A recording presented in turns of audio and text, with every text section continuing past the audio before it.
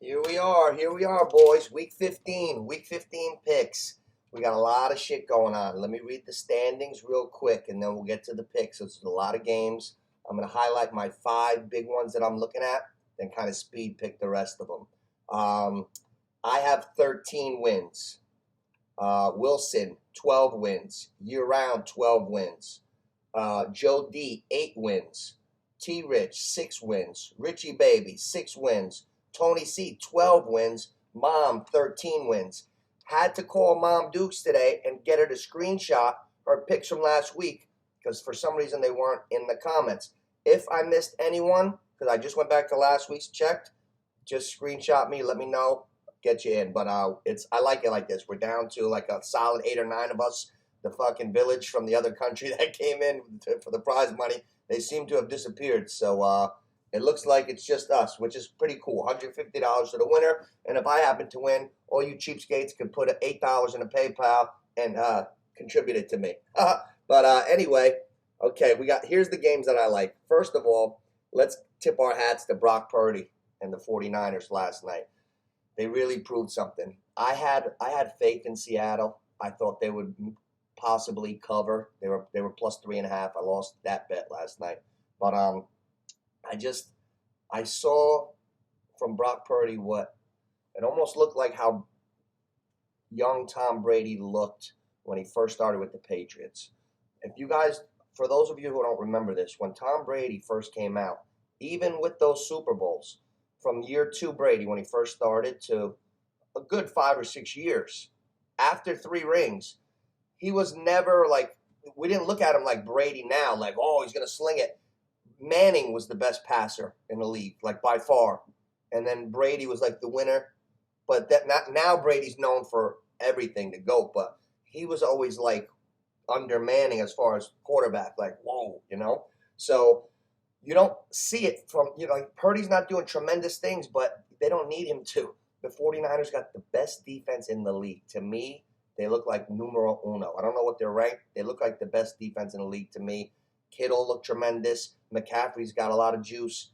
Debo will be back. That team's tough. But all right, here we go. The games I got highlighted this weekend. First of all, we're going to go to my favorite 2 teams that I'm watching the last couple weeks. The Detroit Lions are playing the Jets. I took the Lions last night at plus 1.5 because I was thinking to myself, who in their right mind is going to bet the Jets the closer it goes to the game? So I didn't realize that Zach Wilson was coming in and they were going to rule Mike White out. So that line it already moved 3 points. Detroit is minus 1.5 right now. Last night they were plus 1.5. So everybody, all the money's on Detroit, and so is mine. I love Detroit. Goff having an all-pro season, all-pro Jared Goff. Yes. Now Jets are getting back Zach Wilson, who's been struggling. What is there not to like about the Lions? They came into MetLife already, destroyed the Giants, so it's already like they're feeling like a home game for them. I just think that it's going to be too much. I know the Jets defense is stout. I've been hearing all these bullshit stats all day. Oh, the Jets are 5-0 against the spread with teams with a losing record. Listen.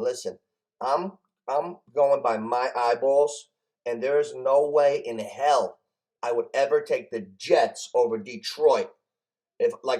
Let's think of it this way. If you had $10 million, they push it to you, but you got to wager it. That's the kicker. What do? You betting the Jets? All right. So we like Detroit. I like Detroit. It was minus 1.5, plus 1.5. On that one, we're gonna call it a pick'em. If you pick the Detroit Jets game, it's a pick'em. Okay. So I like Detroit, and I'm gonna do it. That's one of my picks of the week. I'm gonna name my 3 picks of the week first. Detroit pick'em against the Jets. Now my second one. This one's gonna shock a lot of you guys. Jacksonville. A1 Trevor. You can see how he's like that filet mignon of quarterbacks. You could see how he's a grade A quarterback. I could see it. I like Jacksonville. I like how they're playing. They're plus 4.5 at home against Dallas. Dallas didn't look so good against Houston, but they did come back and win. I'm just going to go with Jacksonville again because I'm high on Jacksonville, and I've been calling it, so I'm going to stick with them. So Jacksonville plus 4.5 at home. Detroit, pick them against the Jets. Now, my third one is going to surprise you. Last week, I came in with my Kansas City theory, and I told you how whenever the spreads go up to 8 or 9, they don't cover. I've been monitoring it for 2 years. Well, I have another little theory here. Philly is -9 at the Bears. A little similar to last week. However, Philly's tough, but I don't think they're as explosive as the Chiefs. The Bears, I know they're shitty, but here's the difference. Fields is capable. It's not like they're a shit team that can't do anything. Like when you see those teams, like on Thanksgiving, there's nobody, like the backup quarterback, he doesn't even want to be there. Like, no. The Bears, Fields is capable of beating you on any given Sunday. That's why I like the Bears +9 at home to cover against Philly and possibly upset everybody's knockout pool. I like the Bears this week. I like the Bears. Little quick fact for you. Check the next gen fastest players in the whole league. Chase Claypool was number 6 in the whole league, which is awesome. But that's not what impressed me. He hit 21.8 miles an hour on an 11-yard run. Oh, how did he pick up that type of speed on an 11-yard run? And you know who was number 1 was Kenneth Walker. You know who was number 3? Deshaun Jackson. Woo! Deshaun Jackson, third fastest man in the league on his first catch. A couple weeks ago when he ran that post, he got 21.8 or something. He's third fastest in the whole league right now. Next gen, 36 just got off the couch. That's when you're born fast. That guy will be fast at 55. Like he'll be faster than an average 18-year-old at 50. Like that's how fast he is. Okay, so I like the Bears. Those are my 3 big ones. Okay, then we got the Giants. Giants are +4.5 at Washington.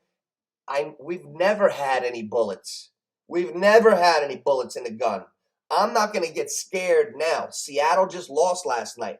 The closest team to the Giants is Detroit and Seattle. They're 2 games back in the loss column. There's only 4 left. If the Giants could beat Washington, I got news for you guys.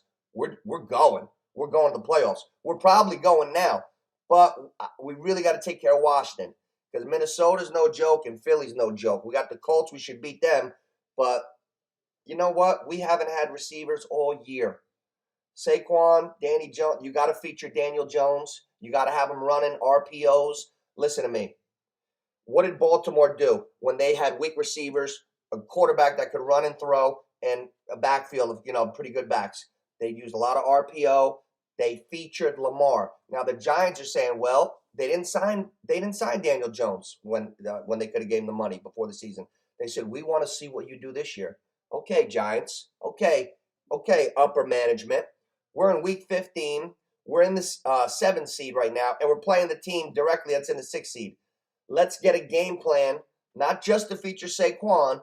I want the RPOs. We got a super athlete quarterback, sub 4.5 guy.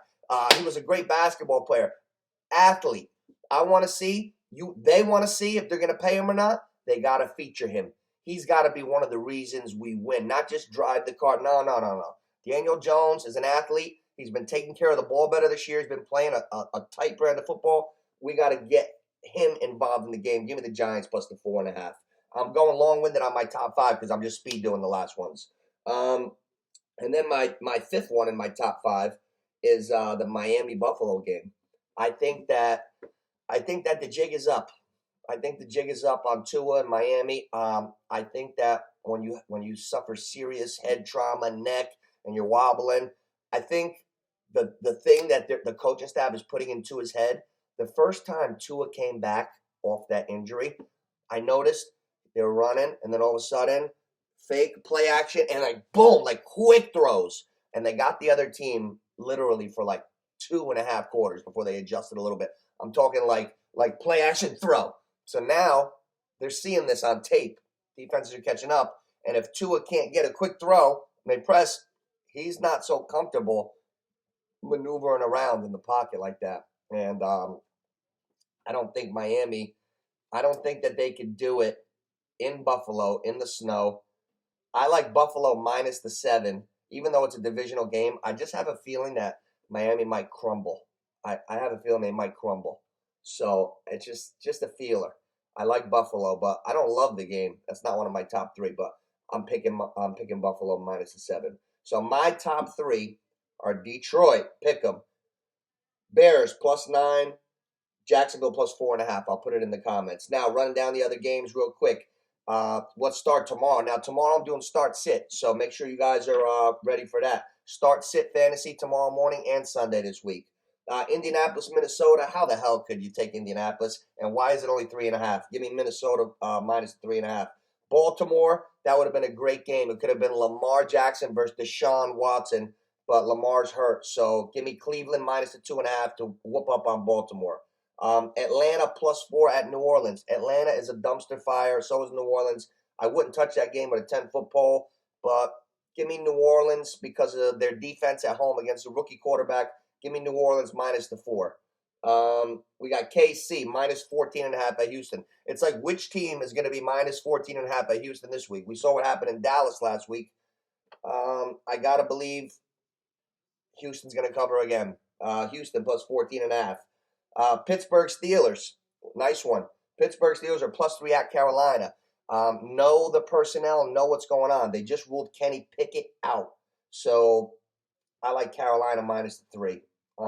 Moving forward, in another toilet bowl game, Arizona with Colt McCoy +1.5 at Denver, maybe minus Russell Wilson.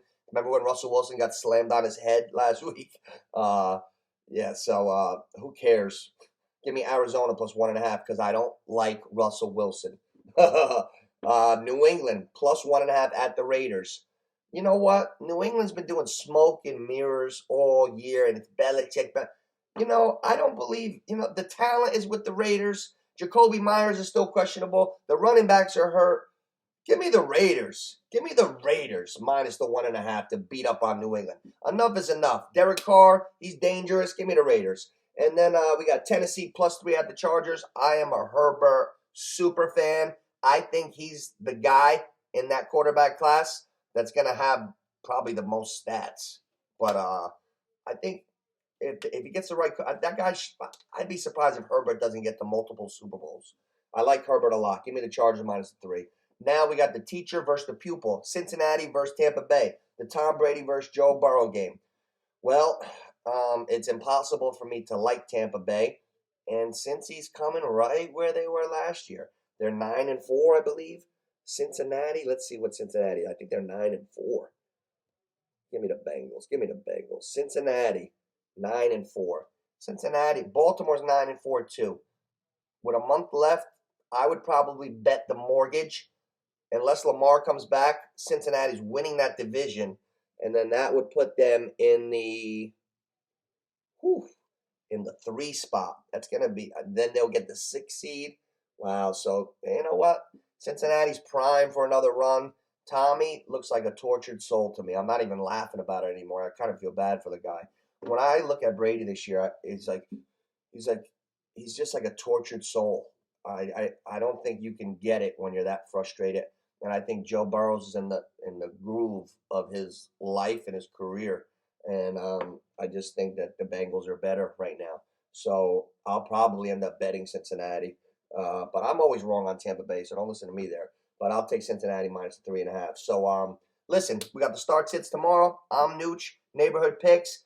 I love the live stream start sits like we're doing tomorrow on Sunday, because I like when you guys come in and then you hit me with whatever's going on, and I go back, and then we just have a great fun time, and it's always such a good time. So for you, for my subscribers that come in, I appreciate you. And anybody new watching this, come in and check us out tomorrow and Sunday. We're doing live start sits and really covering everything: weather, personnel. If there's a pigeon took a shit on the field, anything. You know what I'm saying? So Neighborhood Picks, like and subscribe, and that's the Week 15 Pickems. Leave your 3 picks in the box with the number of correct picks you already have. And at the end of the season, whoever gets the most winning picks gets the 150 from the channel. Take it easy. I'm Nooch, Neighborhood Picks. Like and subscribe.